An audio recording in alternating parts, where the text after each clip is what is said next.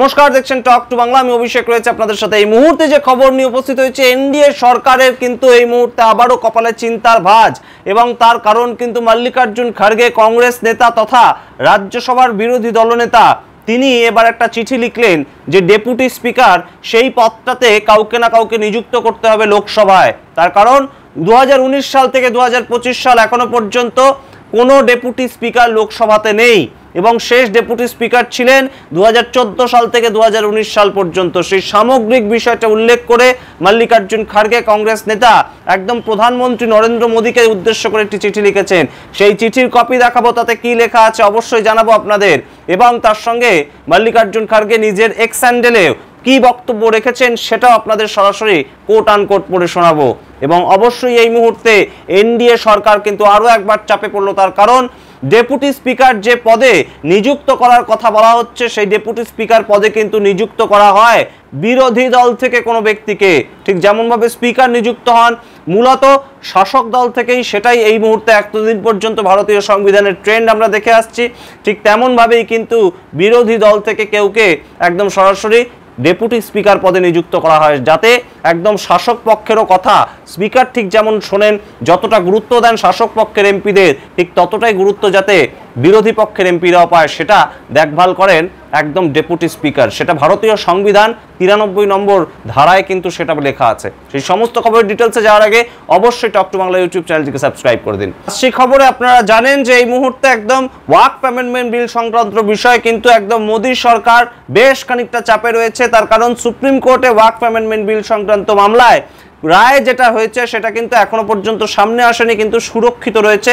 এবং supreme court কিন্তু যেদিকে মামলাটা শুনেছে, যেভাবে শুনানিটা হয়েছে, তাতে ওয়াকিবহাল মহল কিন্তু মনে করছে যে কিছু কিছু ক্ষেত্রে এই ওয়াকফ অ্যামেন্ডমেন্ট বিল 2025-এর যে সমস্ত পরিবর্তনগুলো হয়েছে তাতে স্টে দিতেও পারে সুপ্রিম কোর্ট। এবং সেই আবহেই আমরা দেখতে পেয়েছি যে বারংবার একদম সরাসরি কংগ্রেসের পক্ষ থেকে কিন্তু বিজেপিকে একদম কটাক্ষ করা হচ্ছে যে পেহেলগামে যে অ্যাটাকটা হলো, সেই অ্যাটাকটা যারা করলো তাদেরকে কেন ধরা গেল না এখনো পর্যন্ত।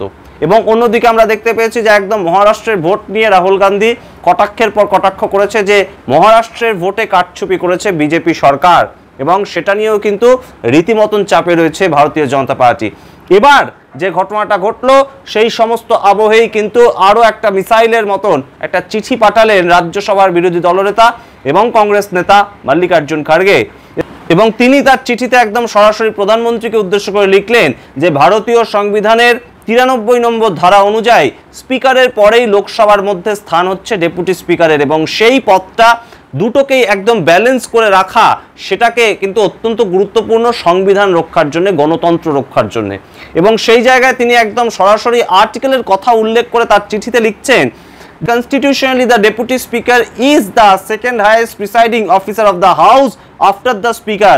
যেটা বললাম একদম সরাসরি সেই কথাই লিখছেন। তার পরবর্তীতে একদম আর্টিকেল 93 সেখানে কি বলা হচ্ছে সেটাও কিন্তু কোট আন কোট একদম মল্লিকার্জুন খাড়গে তার চিঠিতে উল্লেখ করেছেন। তিনি লিখছেন, article 93 of the Constitution provides as under 93 the Speaker and the Deputy Speaker of the House of the People, the House of the People shall as soon as may be choose 2 members of the House to be respectively Speaker and Deputy Speaker।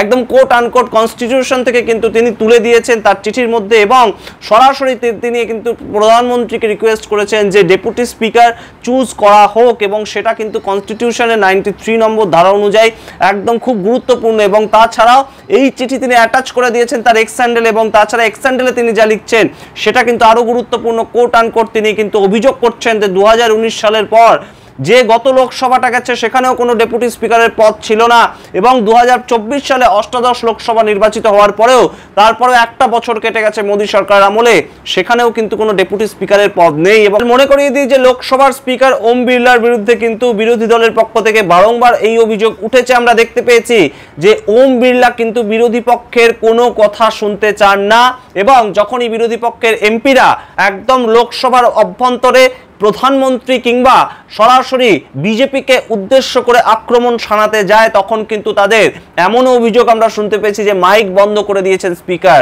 যেহেতু তিনি শাসক দলের পক্ষ থেকে একজন নির্বাচিত MP. আমরা বিভিন্ন জায়গায় এই ধরনের কথাবার্তা শুনেছি, কিন্তু যদি ডেপুটি স্পিকার কাউকে নিযুক্ত করা হয় তিনি কিন্তু নিযুক্ত হবেন বিরোধী শিবিরের পক্ষ থেকে, এবং বিরোধী শিবিরের পক্ষ থেকে যদি নিযুক্ত করা হয় তাহলে কিন্তু এই মুহূর্তে বিরোধী পক্ষের প্রধান যে শক্তি অর্থাৎ কংগ্রেসের পক্ষ থেকে ডেপুটি স্পিকার কাউকে নিযুক্ত করতে হবে।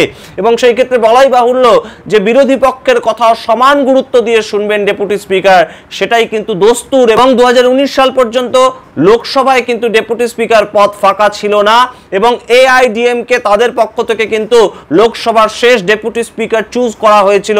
এবং সেই ক্ষেত্রে দেশের প্রধানমন্ত্রী হিসেবে নরেন্দ্র মোদীর প্রথম যে টার্ম সেটা কিন্তু ডেপুটি স্পিকারের আওতায় হয়েছিল, তেমনও কিন্তু নিদর্শন রয়েছে। এবং সেই ক্ষেত্রে গত 5 বছর ধরে কিন্তু একদম ডেপুটি স্পিকারহীন লোকসভা চলেছে, এবং বর্তমানেও গত 1 বছর ধরে কিন্তু ডেপুটি স্পিকারহীন লোকসভা চলছে। এবং সরাসরি মল্লিকার্জুন খাড়গে তার এক্স হ্যান্ডেলে যেটা লিখছেন কোট আনকোট অত্যন্ত গুরুত্বপূর্ণ বিষয়, তিনি লিখছেন my letter to PM Shri Narendra Modi on the urgency to initiate the process of electing a deputy speaker of Lok Sabha without any further delay. একদম সরাসরি কিন্তু তার বক্তব্য যে নরেন্দ্র মোদীকে আমি চিঠি লিখে জানিয়েছি যে ডেপুটি স্পিকার লোকসভাতে ইমিডিয়েটলি ইলেকশন করানো হোক, এবং যে ইলেকশনটা কিন্তু স্পিকারকে ডেট দিতে হবে যে অমুক দিনে ডেপুটি স্পিকার পদে নিযুক্ত করার জন্য ইলেকশন করতে হবে।